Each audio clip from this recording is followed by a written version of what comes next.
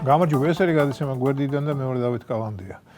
მეგობრებო, თუ შეამჩნიეთ, ხშირად ვახსენებ პალიტრანიუს და მგონია რომ დროა ბონუსი თუ არა მადლობის წერილი მაინც გამომიგზავნონ მისმა მესვეურებმა. მაგრამ არა, არ მიგზავნიან. ჩემთვის ხელსაყრელია მათი ფორმატი, რადგან მათი მოკლე ინფორმაციებით ვიგებ თუ რა ხდება მტრის ბანაკში და არ მიწევს ფორმულას კავკასიის ტევ პირველის ყურება. ჩემი ფაქიზი ფსიქიკა ვერ გაუძლებდა იმ მაუწყებლების შეტევას და საბოლოოდ შემერყეოდა.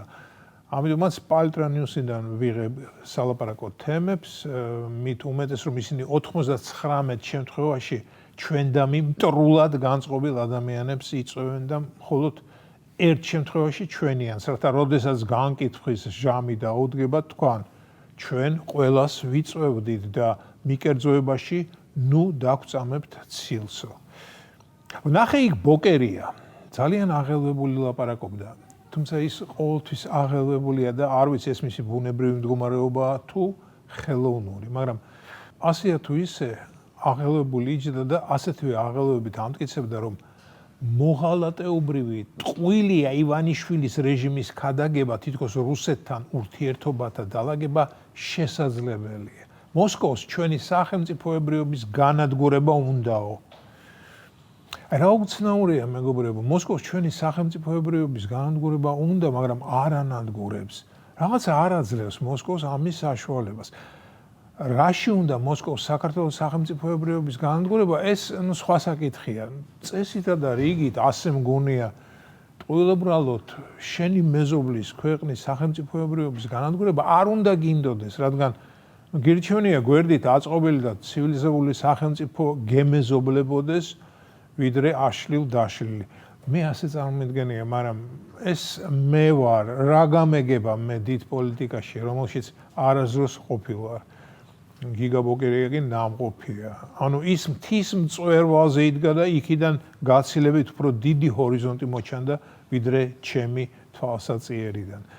ამიტომაც მან უკეთ იცის, რომ მოსკოვს ჩვენი სახელმწიფოებრიობის განადგურება სურს.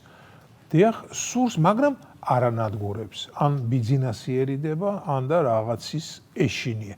წესითა და რიგით, ამხელა აგრესიულ ქვეყანას, როგორც რუსეთია, არ მოერიდა და დაეტაკა მოსახლეობით ჩვენზე ათჯერ დიდ უკრაინას. დიახ, დაეტაკა იმხელა ქვეყანას და ჩვენთან კი არ რისკავს.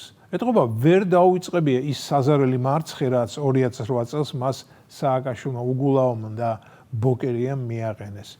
როგორ გააძუნზულეს უკან რუსული ჯარი, როგორ არ შეუშვეს თბილისში. დიახ, რუსეთს ეს ახსოვს და ამიტომაც ასე მორიდებული ჩვენთან.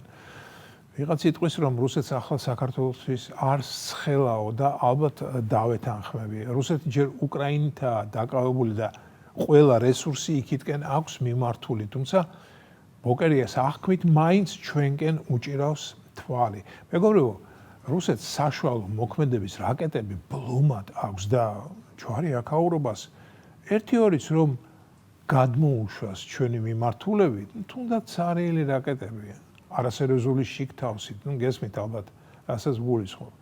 წარმოგიდგენიათ აქ რა დაიწყება? არა მე იმას კი არ ვამბობ, რომ ჩვენ შეგვეშინდება, გავიქცევით და მტერს ჩავბარდებით. არა, რასაკვირველია, აგვისტოს ომმა დაგვანახა, ვის შეეშინდა, ვინ ფორთხავდა მიწაზე და ვინ გაიქცა და გადაირბინა წითელი ხიდი და საქართველოს სახელმწიფოებრიობა ღოჯებზე დაიკიდა. დიახ, ეს ვნახეთ და ყველა გვახსოვს. დარჩენები აქ ვიყავით დარჩენილები და შიშით ველოდებოდით, როდის შემოვიდოდნენ რუსული ტანგები. ალბათ ყველაფერს აქვს თავისი ლიმიტი, მეგობრებო. საქართველოს თავისი ისტორიის მანძილზე იმდენი ომი და თავდასხმა გამოიარა, რომ სწორედ გამიგეთ, რას ვამბობ. მეჩვენება თითქოს ცხელი ბრძოლების ლიმიტი ამოწურა.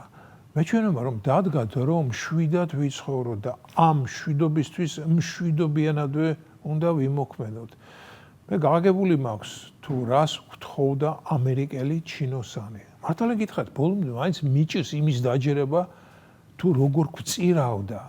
არა, კი ვიცი ასიანი რომ გვწირავდა, მაგრამ სადღაც გულის კუნჭულში ვინახავ იმედს, იქნებ ჩვენი ქვეყნის მართველებმა სწორედ ვერ გაუგეს ამერიკელ ჩინოსანს. იქნებ თარჯიმანმა არასწორად გადათარგმნა. იქნებ ჩინოვნიკის ბრუკლინური აქცენტი იმდროინდელმა ქვეყნის მეთაურმა ვერ გაიგო სწორად.